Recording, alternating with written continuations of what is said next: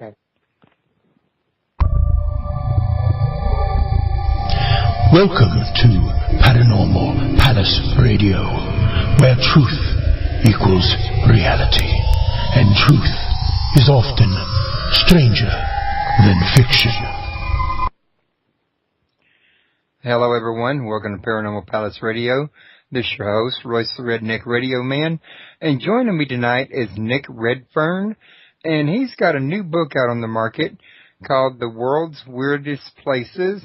And I've read this book, folks, and it's got a lot of information in there that I never knew of. I mean, a lot of people never knew, for example, that Roswell, its only paranormal activity was not the UFO crash, for example.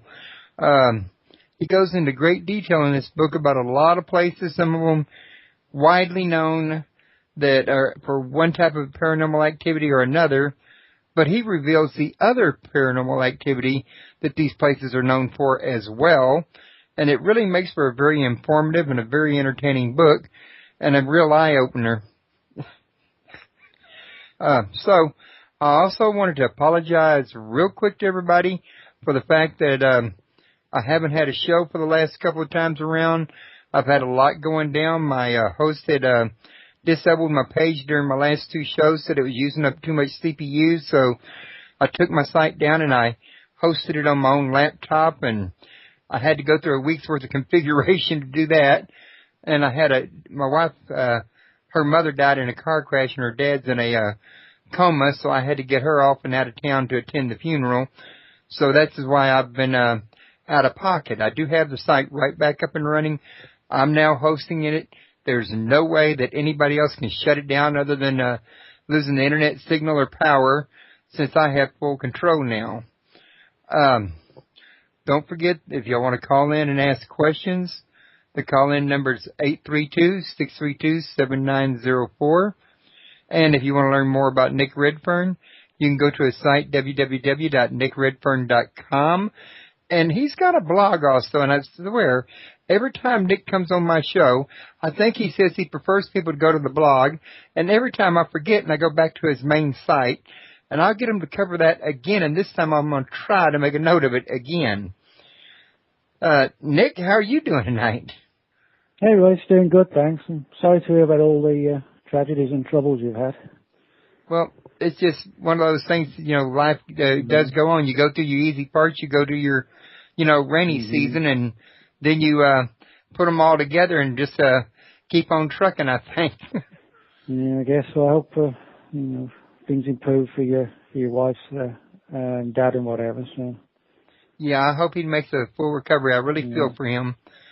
Listen, didn't you tell me before that you would rather him go to your blog than you would nickredfern.com? Yeah, so the blog I've got, it's Nick Redfern, 14, FORTEAN.blogspot.com. And the reason why I give that out is because a lot of people don't realise that the nickredfern.com site is actually not mine. It was put together by a fan. And so I have no control over that. People think it's actually, my site as such, but they haven't updated it for ages. And so because it's not technically mine, it looks like I just haven't updated or do anything with it. But as I said, it isn't, doesn't even, fall under my control. So, that's why it's better if they go to the blog or Facebook me as well, or Twitter. They can reach me also. Well, I swanny to goodness, I got it right here. This time I'm bookmarking it. I have no idea why I have had so much trouble remembering. That's not a big deal, don't worry. But I'm putting this thing in the bookmarks while we're talking so I don't forget it, and I'm also going to put this link in the chat room. Real quick like. Now, y'all can go to that website that he just mentioned and log in, or not log in, but, check it out. He's got links to his radio shows there, to articles, to books, to, well, you do have them to your books too, right?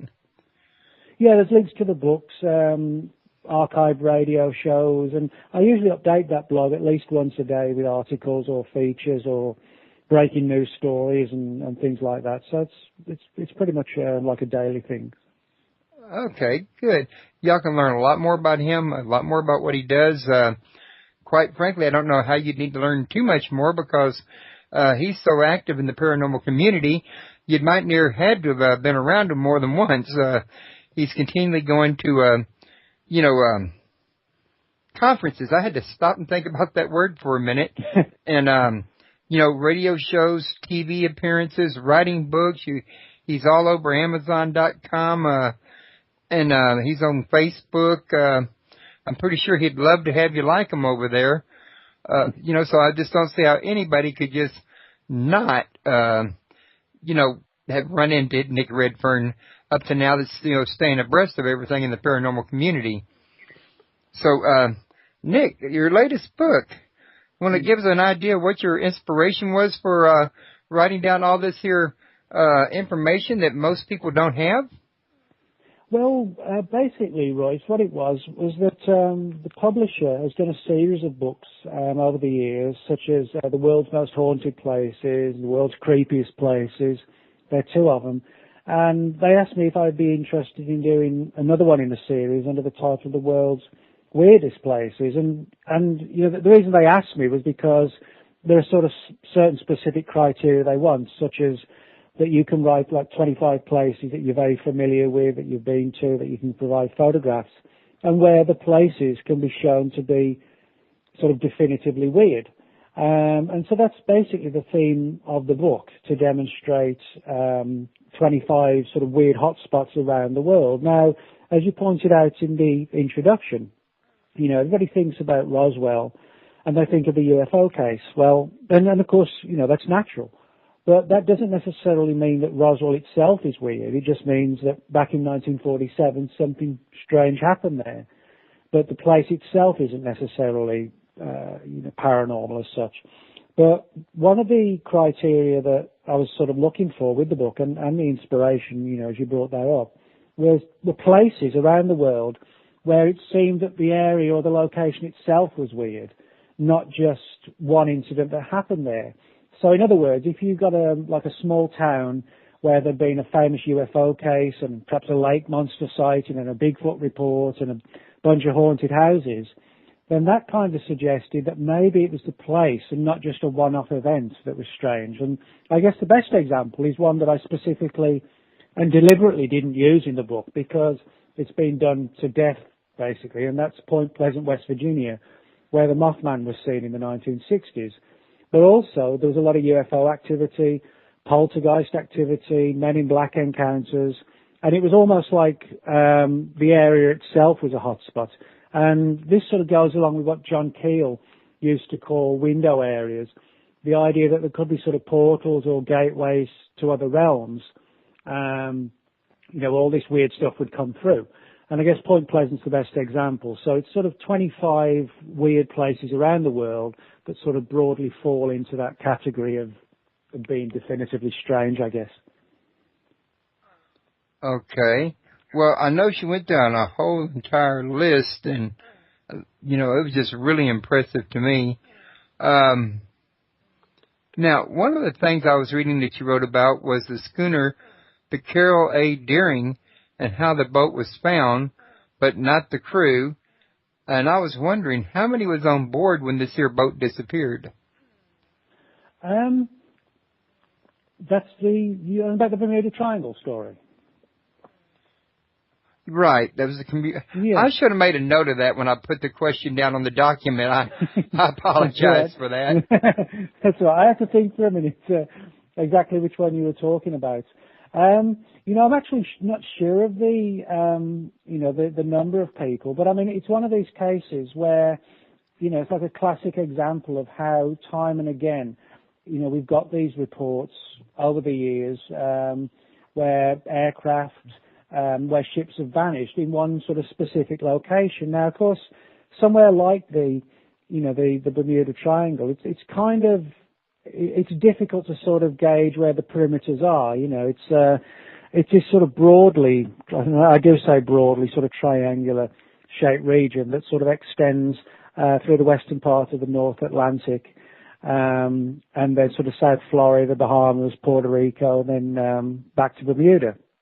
So you know, it's a place where over the years, as I point out, there've been a lot of sort of disappearances of ships. One of the ones I talk about in the book, the SS Marine Sulphur Queen.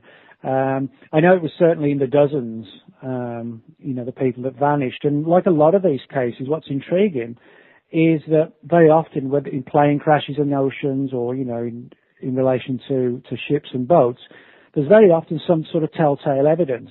But in this case, and in many of the others, again, there was absolutely nothing at all. You know, for all intents and purposes, it was just as if they'd literally sort of vanished into nothing. Yeah, I bet you kind of really have to wonder, and to lose a whole entire crew. But I mean, in the Bermuda Triangle, it's not uncommon to lose large numbers of people in one time, though, is it? Oh, no, and that's what makes it kind of weird, I think, because even where we've had large-scale aircraft disappearances, you know, sort of 4 or 5 aircraft at once, one of the most intriguing things is that we often don't find sort of telltale oil slicks or gasoline slicks or, you know, wreckage on the surface, etc. Now, yeah, sometimes a plane can go down quickly, but if it's sort of exploded or crashed and broken up, there very often is, you know, some sort of, as I said, like an oil slick or something like that. But in many of these cases in the Bermuda Triangle, there's nothing at all. You know, there's no life raft, no dinghies. It's as if these events have occurred so quickly that the people haven't had, you know, even an inkling or a chance to sort of do anything to sort of save themselves, if you like. Yeah. And, you know, a lot of people, I think, they're not aware of the fact that there's other Bermuda-like triangles around the world, up in Michigan in the Great Lakes area, in Japan. My goodness, I went through a list of 10 of them, but right now I can't remember all those locations. Well, I mean, although I don't talk about this one in the book, I mean, when you talk about the Great Lakes, I mean, there was a book written, I think back in the late 70s, called The Great Lakes Triangle. And that covers a lot of classic disappearances of aircraft and ships and strange lights seen over the lakes. And but the other one that I do talk about in the book, which is sort of somewhat less well known, is called the Devil's Sea in Japan. And it's located about 60 miles south of Tokyo.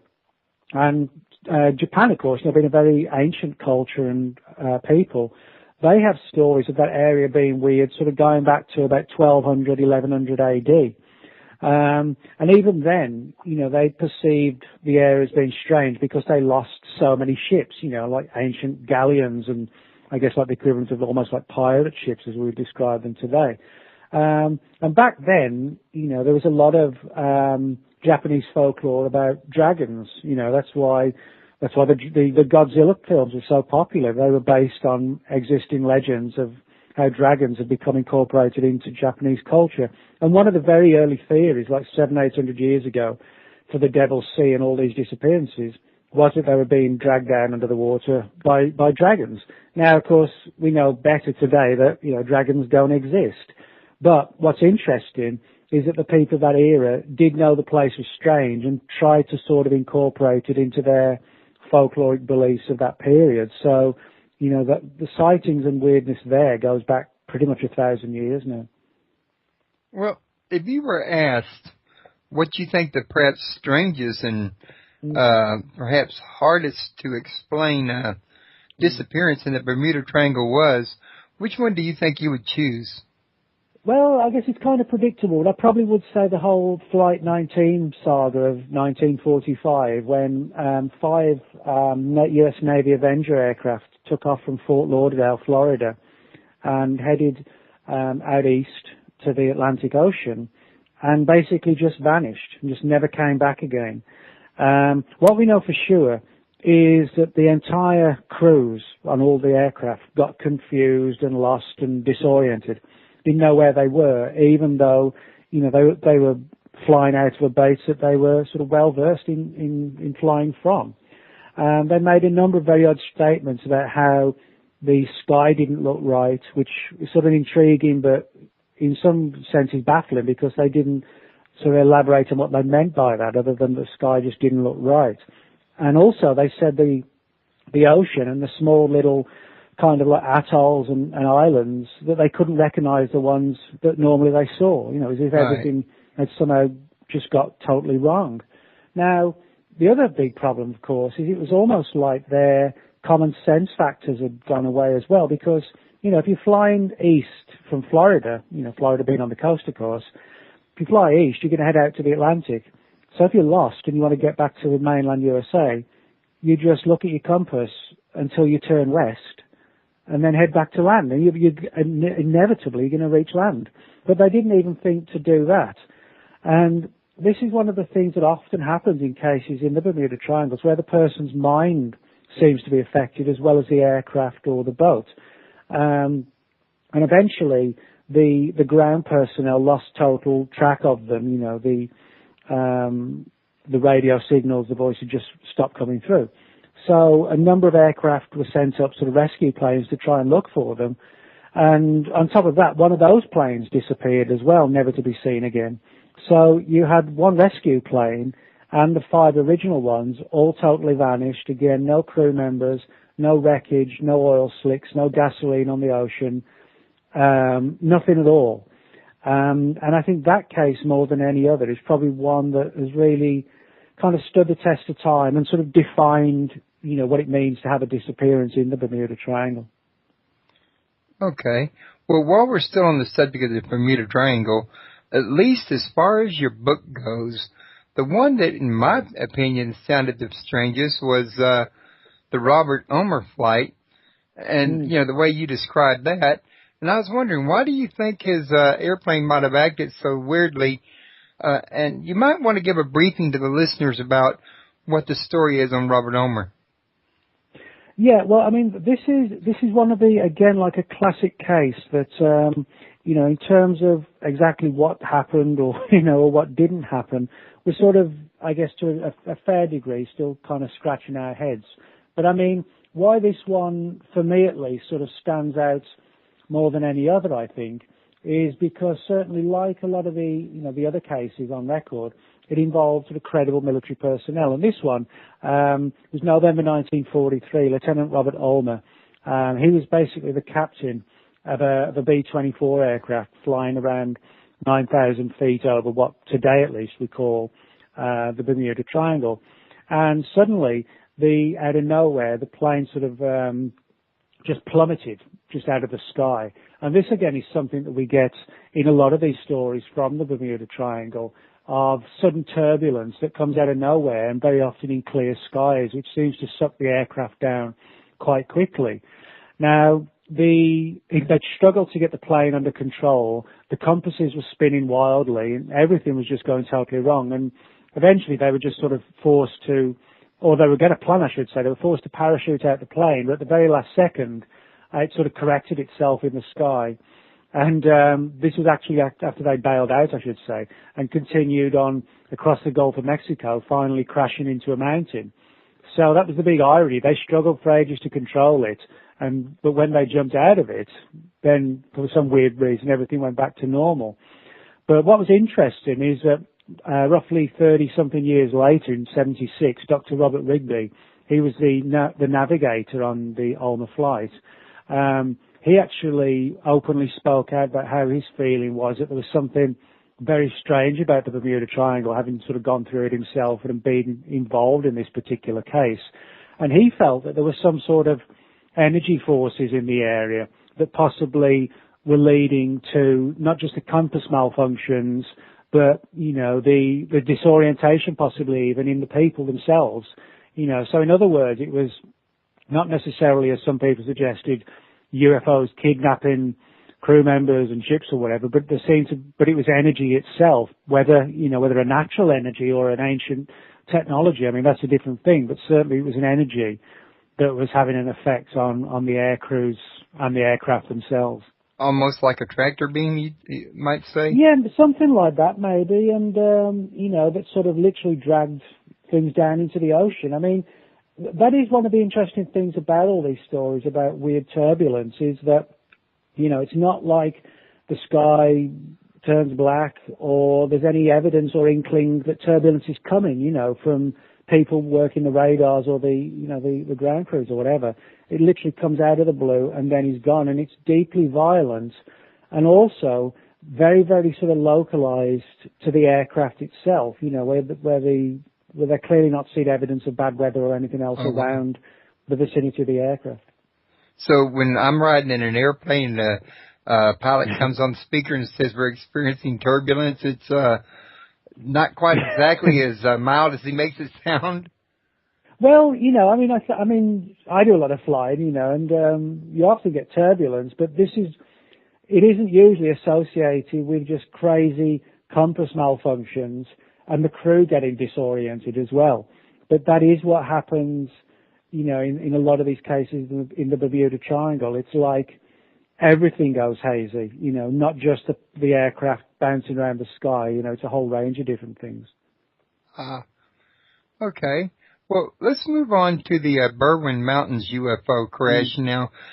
I've read this book, like, say, last month and a half ago when I was getting these questions down, and I might need a little memory refresher here. But wasn't this kind of considered kind of like a Roswell of the Berwyn Mountains area?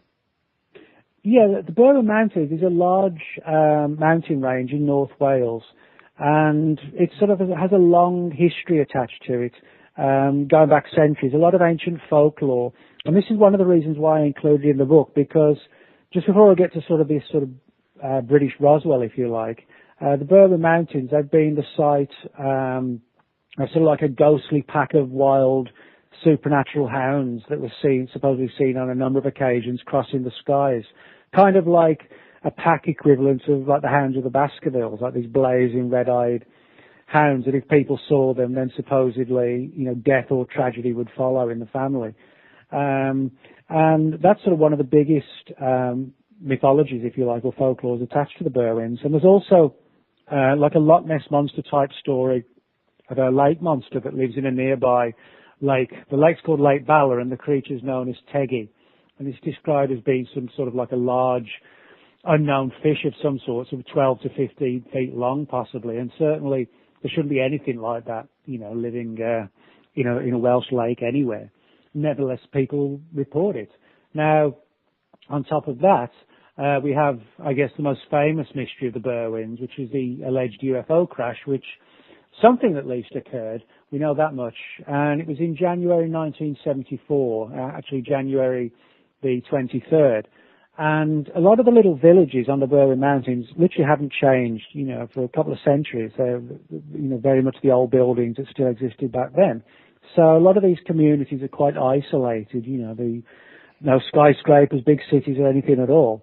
But on the night of January the 23rd, it was like all hell broke loose across the Berwyn Mountains when strange lights were seen in the sky, zipping around the mountains, crisscrossing them at high speed.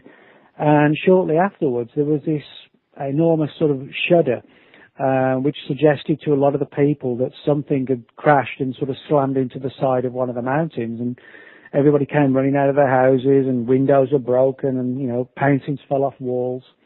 And inevitably, the first thought was, because it was associated with these strange lights in the skies, could it have been a helicopter or an aircraft that came down? So the police and the emergency services were up there.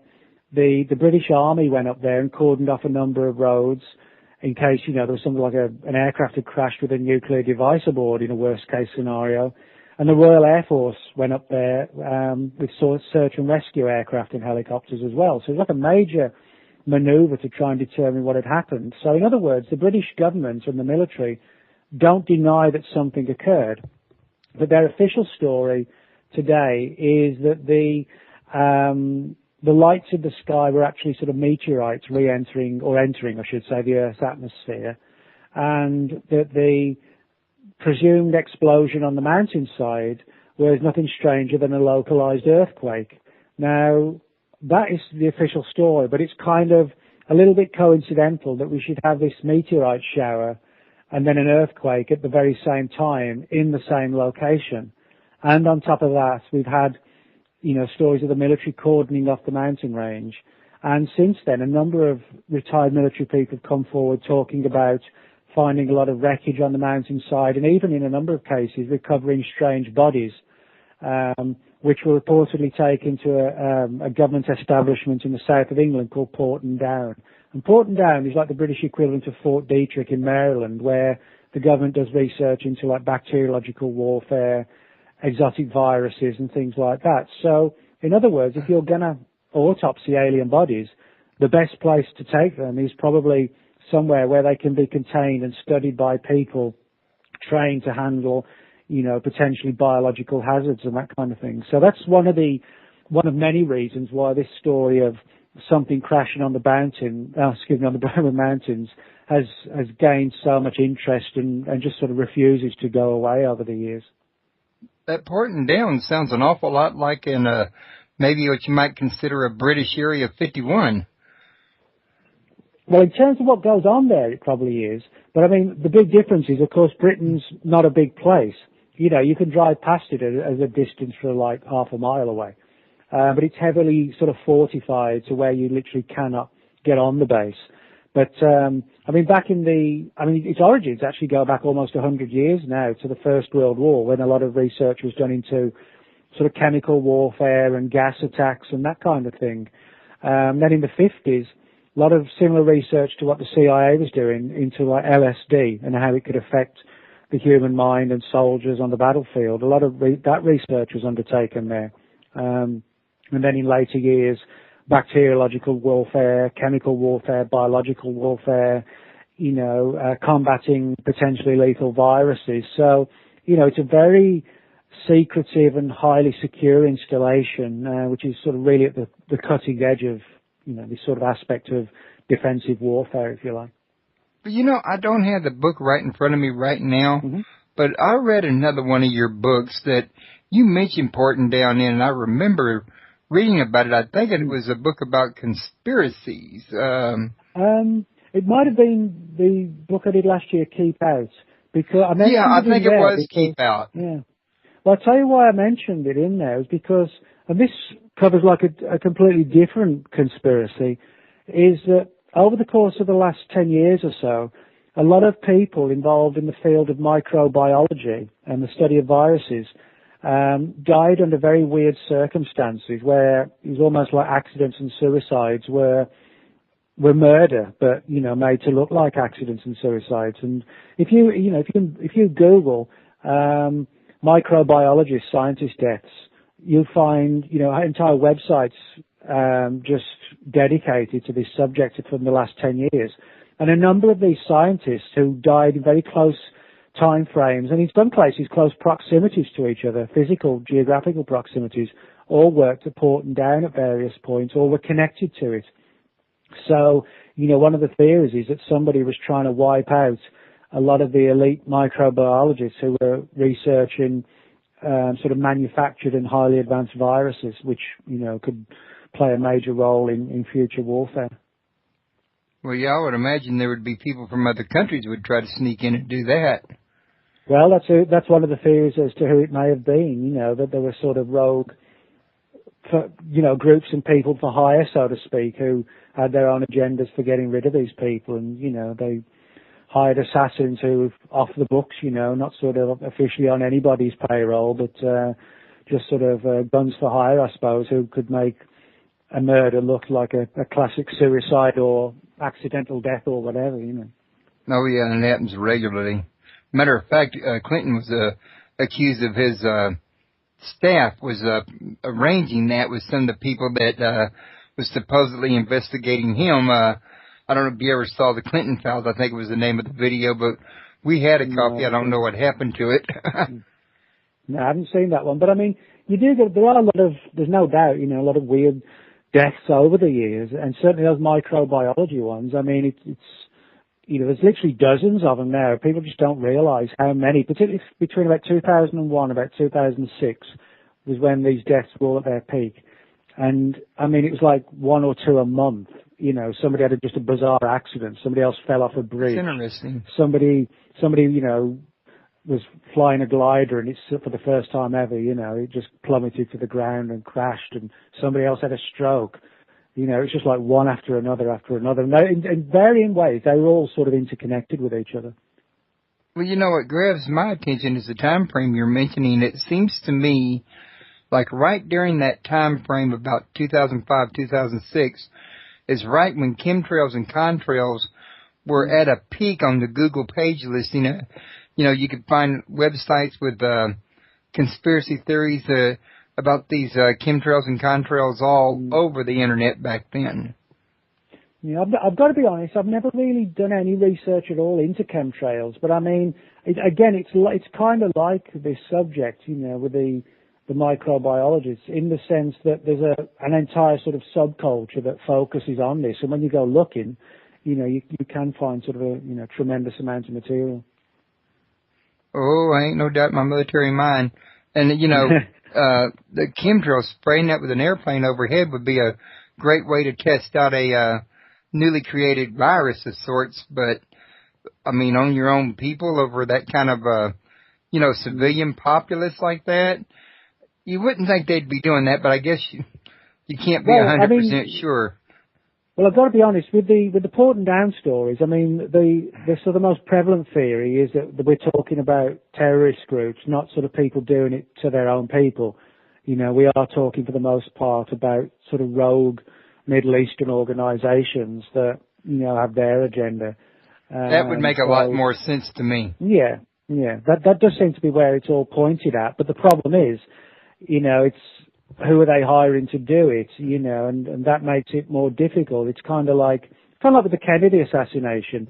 One of the reasons we don't know who it really was is because I think whoever really, planned it, they covered their track by ensuring that there were people from the KGB or the mafia or whoever, to varying degrees, they were all involved. And so, I think that's how the tracks often get covered. You purposely employ different people that makes the story point in many directions. Yeah. Well, yeah, that would make things more confusing too.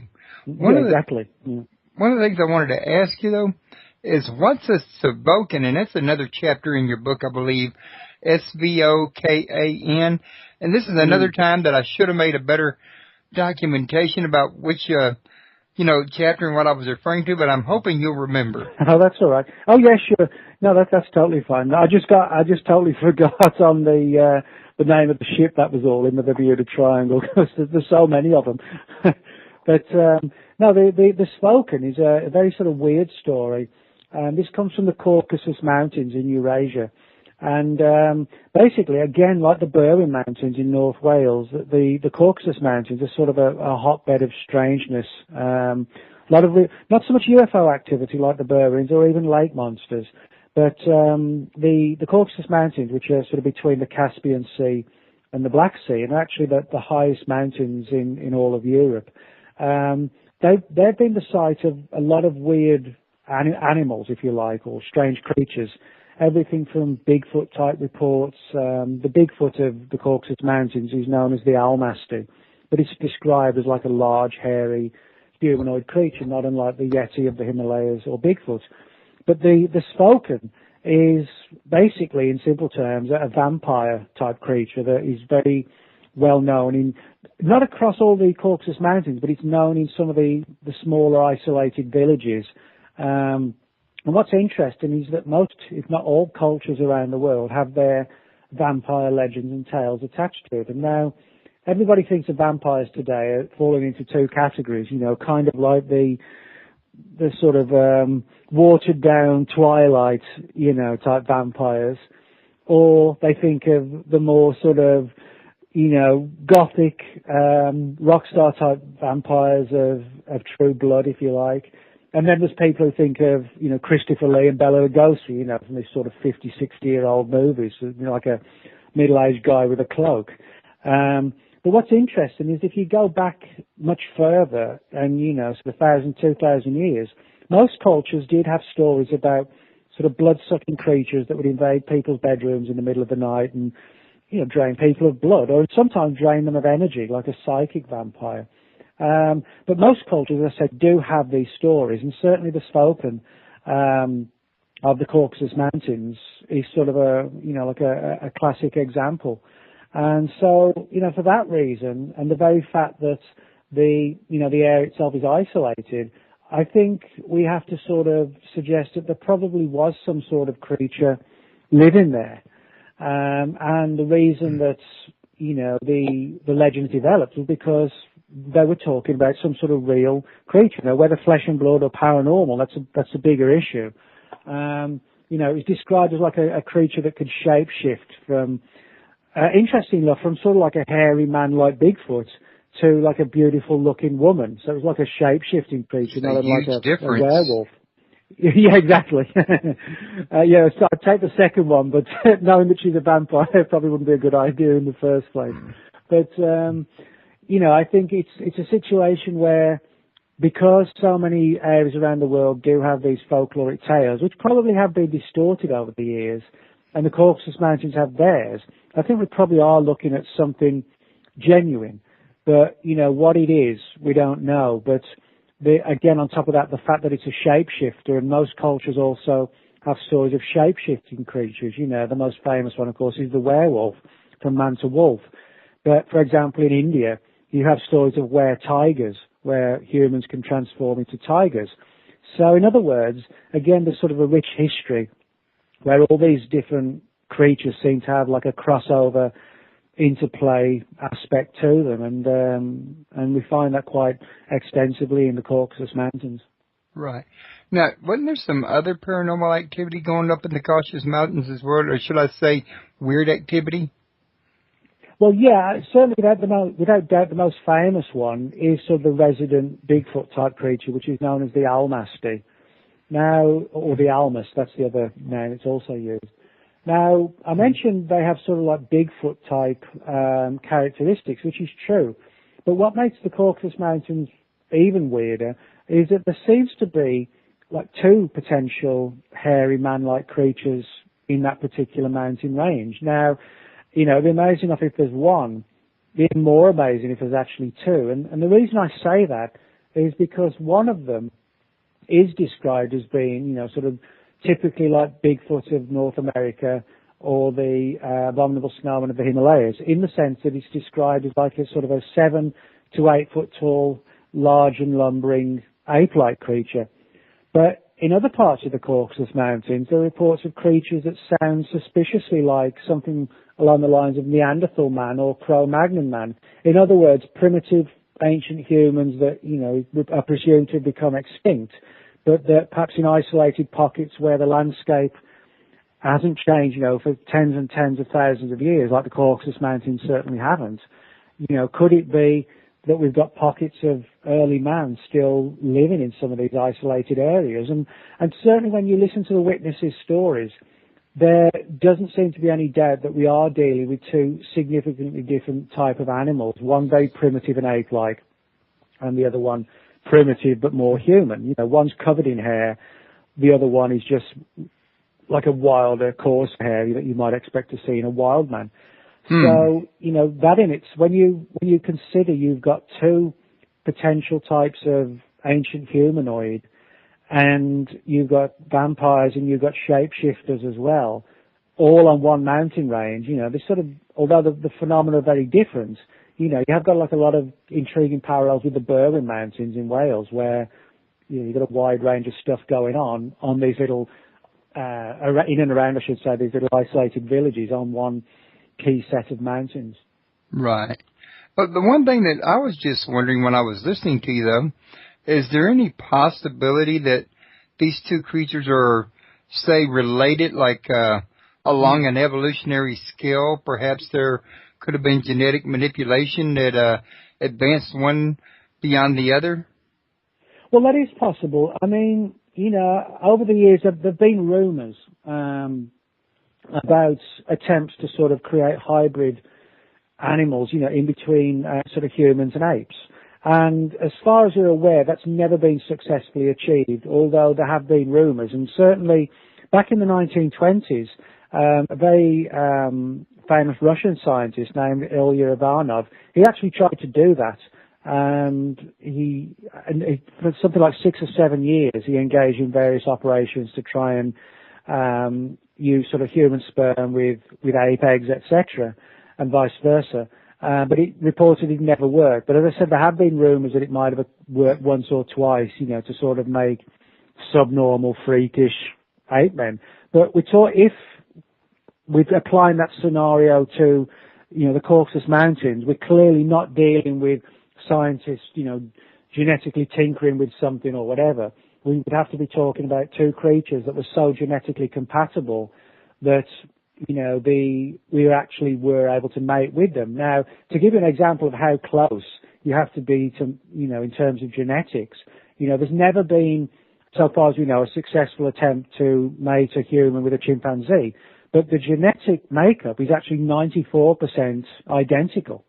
But even with 94%, we can't do it. So the genetic DNA component would have to be like 99.9%. Now, that's not to say that couldn't be, but if that is the case, and we're seeing sort of two types of creature fusing together, maybe one of them was, something like Neanderthal man. The other one, being more ape-like, would probably be a type of humanoid that maybe we haven't even found evidence of. We know about kind of like Cro-Magnon man. Yeah, we know about Cro-Magnon man. We know about Neanderthal man. This, I think, would have to be something that possibly surfaced in an isolated area, like the Caucasus Mountains, and never spread from there and sort of lived and died there and became extinct, or possibly, didn't become extinct, and maybe, if they were able to mate with humans, that they eventually sort of split up into sort of two tribal factions, if you like. Well, I got to tell you, to me, it reminds me of a page right out of the ancient Sumerian gods creating man. Yeah. I mean, the possible theory, I mean. Yeah. Well, you can make those sort of applications and scenarios, one of the theories being that one of the reasons, why there could have been different types of humans is because of genetic manipulation and tinkering by somebody else. I mean, it's not necessarily the case that the human race has to go through different stages and some survive and some don't, like Cro-Magnon and Neanderthal. It's like today, we're Homo sapiens. We're not seeing other types of humanoids developing alongside us today. Do you see what I mean? So it's like, why should, when Cro-Magnon man was around, why should Neanderthal man have developed? Why should we have developed? Why didn't it always just stay as Cro-Magnon man? These are all sort of important questions that science offers theories for, but actual proof as to why this or why that, we still are pretty much scratching our heads still. Yeah, that's definitely true. I'm going to kind of do a little skipping here because we're getting down to 20 minutes, and there's a couple of these that I want to make sure I don't miss, if you don't mind here. Like I was going to ask you about the Rolling Stones of Death Valley. I mean, this is the first time I've heard of them. I've heard of Death Valley and that before, but I've never heard of paranormal activity, much less stones that move by themselves. Yeah. What can you tell us about that? Yeah, we're not talking about Mick Jagger and Keith Richards either. These are totally different Rolling Stones. But, Death Valley, which is located in the Mojave Desert in California, I guess it's got a very sort of apt name because back in 1913, it actually was home, and still is, to the highest recorded temperature in the Western world. It actually reached 136 degrees on July the 10th of 1913, which, is a temperature I doubt anybody pretty much would survive if you're out there, more than a few minutes or so. But Death Valley has a number of weird stories attached to it. Certainly the most famous are what become known as the Rolling Stones or the Sailing Stones of Death Valley. Now, you can go out there in certain parts of Death Valley all year round and find large stones just sitting there doing absolutely nothing at all. But they have these sort of long trails behind them, which seem to suggest that they've travelled across the flats of the desert, in some cases for miles. And on a number of occasions, the tracks have done like a 180-degree turn, as if they've sort of broadly and approximately travelled back in the direction they originally came from. What's weird is that nobody's ever seen these stones actually in motion. People have seen them, the clear evidence of these sort of trails behind them, which sort of embed into the desert, sort of quarter of an inch, half an inch, depending on the size and weight of the stone. But nobody's ever seen them in motion. And of course, a lot of theories have been put forward as to how, these stones could be moved. And when I say stones, or rocks, we're not talking about something the size of like a quarter, or even a soccer ball or a football. In some cases, we're talking about stones and rocks weighing up to like 160, 170 pounds, sort of large rocks. And the best theory that the scientific community's come up with is the idea that because at times Death Valley gets like baking hot, but they also have these sudden downpours of rain, that occasionally maybe you get like a thin veneer of water sitting on top of the sort of the hard sand.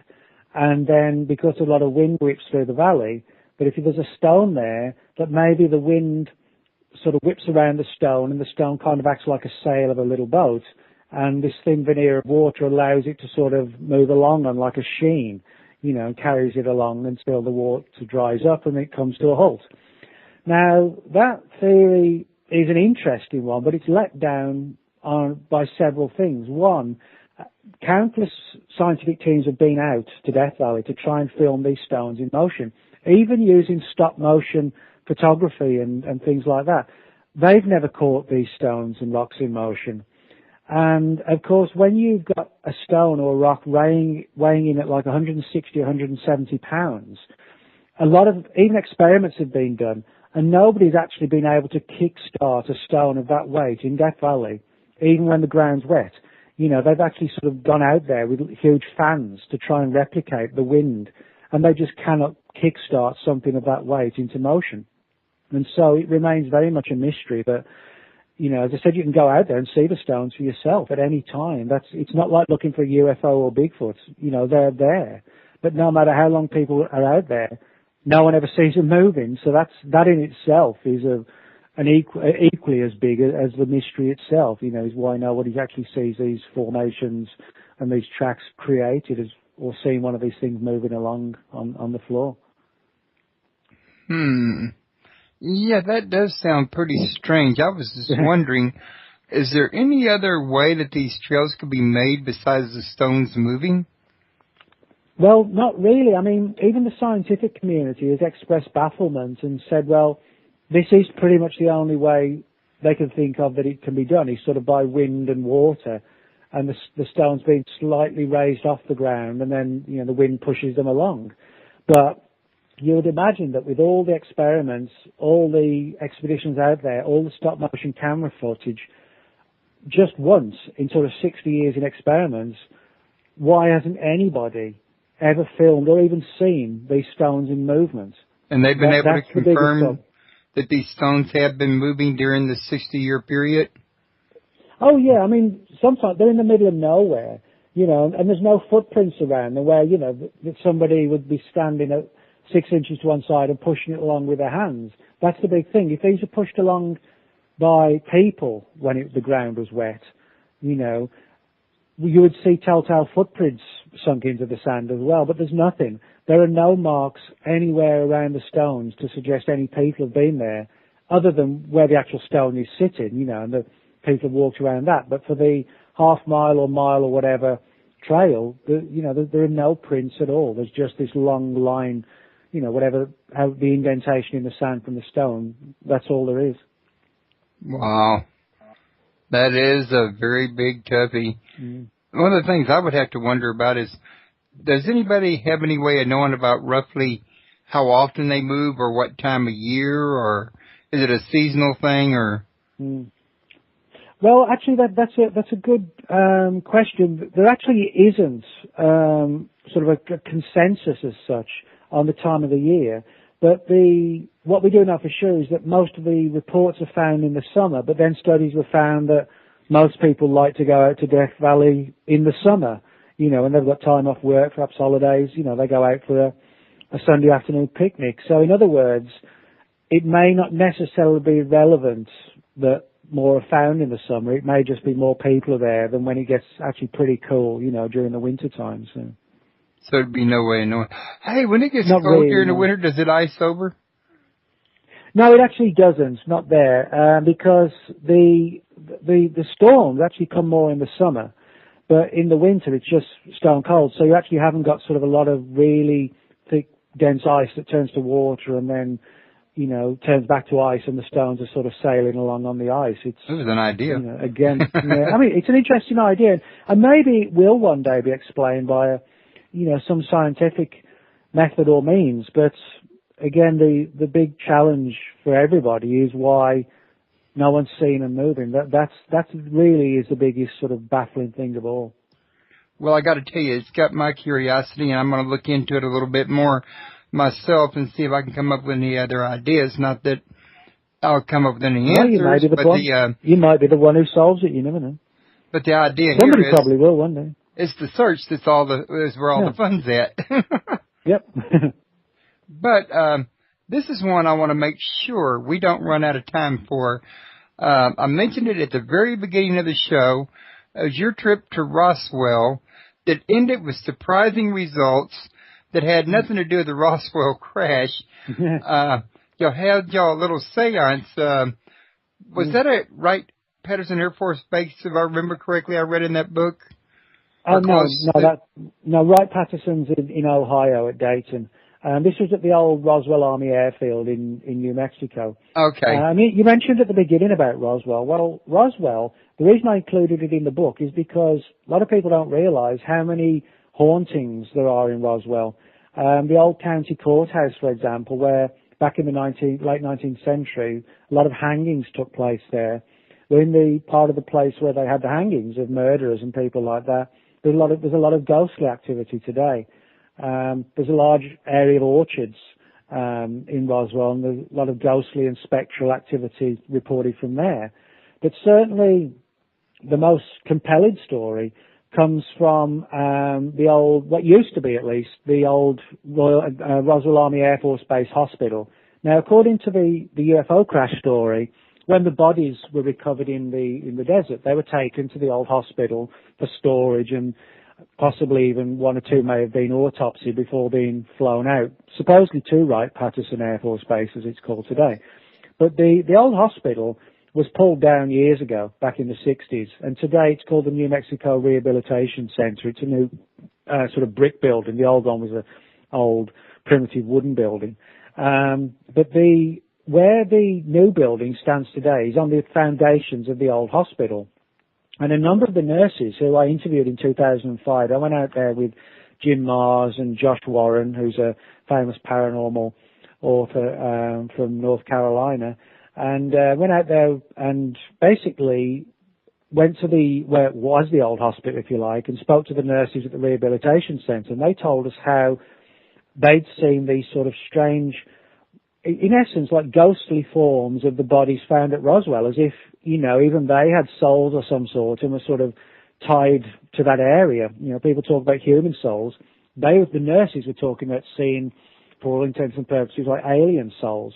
And we actually got permission from the city of Roswell to hold a seance in the old hangar at the base where the bodies were supposedly taken, Hangar 84, where they were supposedly first stored when they were recovered from the New Mexico desert. We had a film crew with us, and we did a midnight seance. We had several psychics with us, one Karen Reese and the other Heidi Hollis, and they basically tried to contact the souls or the essence of the entities killed out at Roswell. And some really weird stuff happened when we were having this seance. One of the cameramen actually keeled over in like a dead faint, and he was out for like 2 minutes. And, they laid him down flat, and of course the blood went back to his head and he came round. But that was strange. Now, there was one other thing which we didn't have any sense of it occurring at the time, but when me, Jim, Josh, Heidi, and Karen were sat at the table, when we looked at the film afterwards, there's what I can only describe as almost like an X-ray of a snake, kind of just briefly slithered around our heads above the table, and it's clearly visible on the film. Jim himself often shows this footage at conferences when he's speaking, and so does Josh.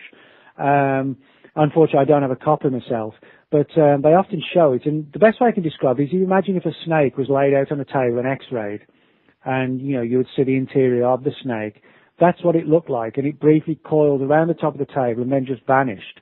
Maybe it's online, I'm not sure, but certainly, as I said, Jim and Josh often played at conferences, so that was sort of a very weird thing, you know, to go to the most famous UFO town of all, only to sort of get involved in a seance to try and contact dead souls, you know, or remaining souls in the old hangar where the bodies were reportedly taken, and then on top of that, seeing like a spectral snake circling through the air. Where can a person get a picture of that snake? Well, as I said, Jim Mars has definitely got the footage, and so has Josh Warren. And they've both shown it at conferences and lectures. So I think probably the best thing would be if you look at when Josh or Jim might be speaking next, or even possibly check out their websites. Maybe they've got it on there. But, you know, if people if people perhaps Google my name, Josh and Jim's plus Roswell plus seance, you know, that might sort of flag it at YouTube or something like that. I'm not sure, but it is a very weird piece of footage. I might want to look and catch a look I'm sure it's online somewhere. I don't doubt that somebody's put it online. So. Okay. Well, Nick, I show that we got like 5 minutes left, so I'm going to go ahead and start a wrap on this one. Is there anything that I didn't get a chance to cover or didn't think to cover? No, not really. I mean, I think we sort of got across the essence of the book, that it's a study of 25 places that range from the US, Britain, Russia, South America, Australia, Canada, Iceland, all over the place, where it's not just weird stuff that's there, but there seems to be something about the area, that the area itself is like a magnet for paranormal activity. So that's sort of the theme of the book. And one of the things I always try and do, you know, is sort of first-hand research. So of the 25 places in the book, I've been to about 15 of them, and the other 10, I think 8 of the other 10 were places where friends and colleagues had been, so I was able to draw upon them for first-hand or second-hand information.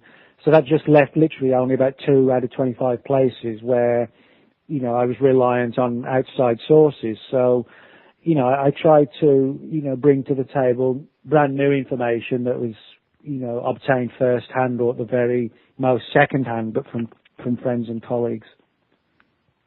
Well, that's one thing I will say about your work. It's some of the best documented work I think I see out there, and I like the way you document it as you go. Saves people trouble from looking in the bibliography so much. Yeah, well, it's one of these things. New page books do like you to do extensive bibliographies, but you know, I always put a bibliography so people can find additional data, but I always prefer to do first-hand research because I think it's kind of cheating the reader, you know, just to go to Wikipedia and rewrite the page, you know what I mean? What's the point of it? There is no point, you know, it's stupid. So I like to get out there and do investigations because more often than not, you actually find a lot of stuff that by speaking to the locals that you would never have known about, you know, that you just don't find on the net.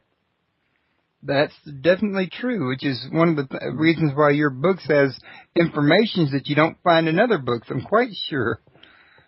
Well, is there any... Yeah, I was going to say, you know, the Internet's a great source of material, but I still don't think there's any better way than actually get out to these places and, you know, sort of gain the confidence of the people who live there. And then the stories come tumbling out that, you know, just don't make it to Google or wherever. I think it's amazing the kind of traveling you must be doing to write all these here books and the amount of time you must spend on it. You must, I doubt you have very little time for yourself.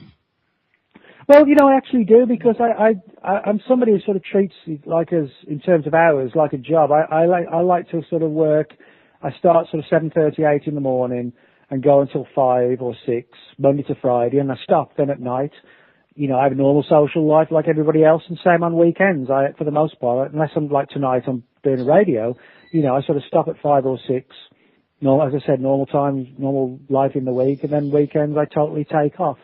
You know, I just don't do any work at weekends unless I'm travelling for something. So, in that sense, it doesn't really sort of infringe upon having a normal life outside of writing and research. If, you know, you're prepared to realise that, you know, that you need to make time for yourself. Otherwise, you know, you end up pretty sad and alone, you know? Which nobody wants. Then you end up wishing you had a life. Yeah, exactly. So it's important that you do have a life, and, you know, I make sure I do. So. Okay. Do you have any last-minute thoughts for us? Well, not so much thoughts, but if anybody's out in the LA, Los Angeles area in January, I'm speaking for the Los Angeles MUFON group on January the 15th and Orange County on the 16th. And then the last Saturday in January, I'll be speaking at the Austin, Texas Museum of the Weird. I'm covering all sorts of strange stuff at all those three events. So if people want to come along and sort of hear some of the latest things I've been working on, they can do that at the two California MUFON events and the Austin, Texas event as well. Okay. And then once again, folks, if y'all want to learn more about Nick Redfern, go to www.nickredfern14.blogspot.com and forget about the link I put under his picture that I plan to replace. And you can learn a lot more about him there, and he's got a lot of information posted here. I was kind of perusing through it while I was listening to him speak, getting an idea of what all he's got on there since it was my first time to actually go to the site. And I just put the link into the chat room one more time. Nick, I want to thank you for being on my show once again. As always, it's a pleasure to have you. And I definitely look forward to you coming back the next time you got something to share with us. I don't know when your next book is coming out. I mean, this time I hadn't heard nothing, which is unusual. Well, actually, the next one will be out in May with New Page. It's called The Monster Files, and it's basically a study of what the government knows about strange creatures like Bigfoot and lake monsters and the Chupacabra. So it's like a X-Files of cryptozoology. Oh, okay. It's sort of like your Monster Diary book? Well, not really, but this is more what just solely what the government knows about Bigfoot, sort of documents on Bigfoot, okay. Studies that the U.S. Navy has done on sea serpents and things like this. Well, I definitely can't wait to talk to you about that one. I'm pretty sure between now and then I'll get a chance to read that book, and I'll have another list of questions. And next time I'll try to put a little bit more into that question to not make it so confusing. Oh, that's right. It keeps me on my toes when people do that. Okay. Well, then you have a good night, and since I won't hear from you before the weekend, you have a good weekend and enjoy the holidays, and everybody out there enjoy the holidays. I want to thank everybody for coming, and I'm going to call this one a night. Everybody take care. Okay, Nick. Well, let me end this real quick. The publisher has done a series of books over the years, such as The World's Most Haunted Places, The World's Creepiest Places. There are two of them. And they asked me if I'd be interested in doing another one in the series under the title The World's Weirdest Places. And the reason they asked me was because there are sort of certain specific criteria they want, such as that you can write like 25 places that you're very familiar with, that you've been to, that you can provide photographs, and where the places can be shown to be sort of definitively weird. And so that's basically the theme of the book, to demonstrate 25 sort of weird hotspots around the world. Now, as you pointed out in the introduction, everybody thinks about Roswell and they think of the UFO case. Well, and of course, that's natural. But that doesn't necessarily mean that Roswell itself is weird. It just means that back in 1947, something strange happened there. But the place itself isn't necessarily, paranormal as such. But one of the criteria that I was sort of looking for with the book and the inspiration, as you brought that up, was the places around the world where it seemed that the area or the location itself was weird, not just one incident that happened there. So in other words, if you've got a small town where there'd been a famous UFO case and perhaps a lake monster sighting and a Bigfoot report and a bunch of horror for your wife's dad and whatever. So. Yeah, I hope he makes a full recovery. I really feel for him. Listen, didn't you tell me before that you would rather him go to your blog than you would nickredfern.com? Yeah, the blog I've got, it's Nick Redfern 14, FORTEAN.blogspot.com. And the reason why I give that out is because a lot of people don't realise that the nickredfern.com site is actually not mine. It was put together by a fan. And so I have no control over that. People think it's actually, my site as such, but they haven't updated it for ages. And so because it's not technically mine, it looks like I just haven't updated or do anything with it. But as I said, it isn't, doesn't even, fall under my control. So, that's why it's better if they go to the blog or Facebook me as well, or Twitter. They can reach me also. Well, I swanny to goodness, I got it right here. This time I'm bookmarking it. I have no idea why I have had so much trouble remembering. No, it's not a big deal, don't worry. But I'm putting this thing in the bookmarks while we're talking so I don't forget it, and I'm also going to put this link in the chat room. Real quick like. Now, Okay. Y'all can go to that website that he just mentioned and he used. So I took my site down and I hosted it on my own laptop, and I had to go through a week's worth of configuration to do that. And I had my wife, her mother died in a car crash and her dad's in a coma, so I had to get her off and out of town to attend the funeral. So that's why I've been out of pocket. I do have the site right back up and running. I'm now hosting it. There's no way that anybody else can shut it down other than losing the internet signal or power, since I have full control now. Don't forget, if y'all want to call in and ask questions, the call-in number is 832-632-7904.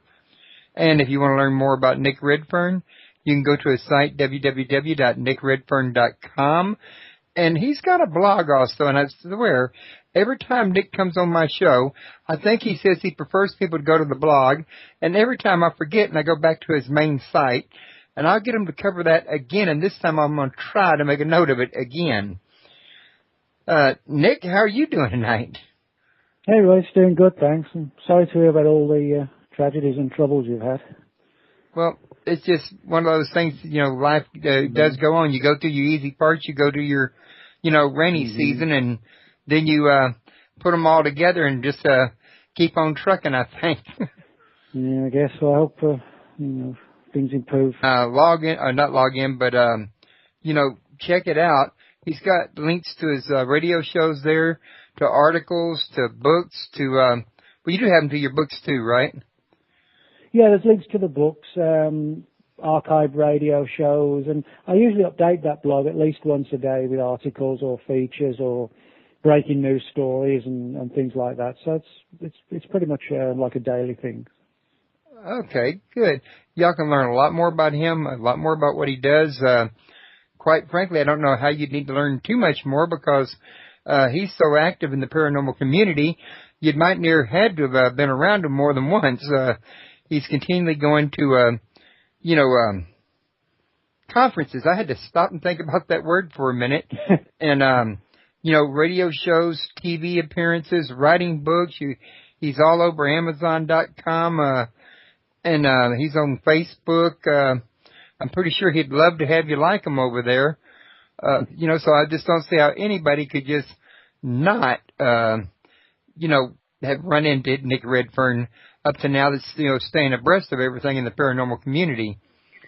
So, Nick, your latest book, want to give us an idea what your inspiration was for writing down all this here information that most people don't have? Well, basically, Royce, what it was that... Okay.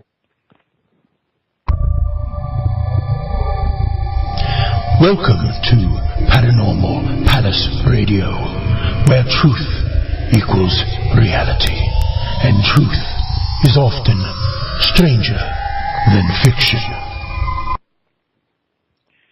Hello, everyone. Welcome to Paranormal Palace Radio. This is your host, Royce the Redneck Radio Man, and joining me tonight is Nick Redfern, and he's got a new book out on the market called The World's Weirdest Places. And I've read this book, folks, and it's got a lot of information in there that I never knew of. I mean, a lot of people never knew, for example, that Roswell, its only paranormal activity was not the UFO crash, for example. He goes into great detail in this book about a lot of places, some of them widely known that are for one type of paranormal activity or another. but he reveals the other paranormal activity that these places are known for as well.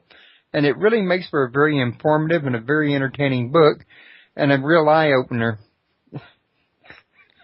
So I also wanted to apologize real quick to everybody for the fact that I haven't had a show for the last couple of times around.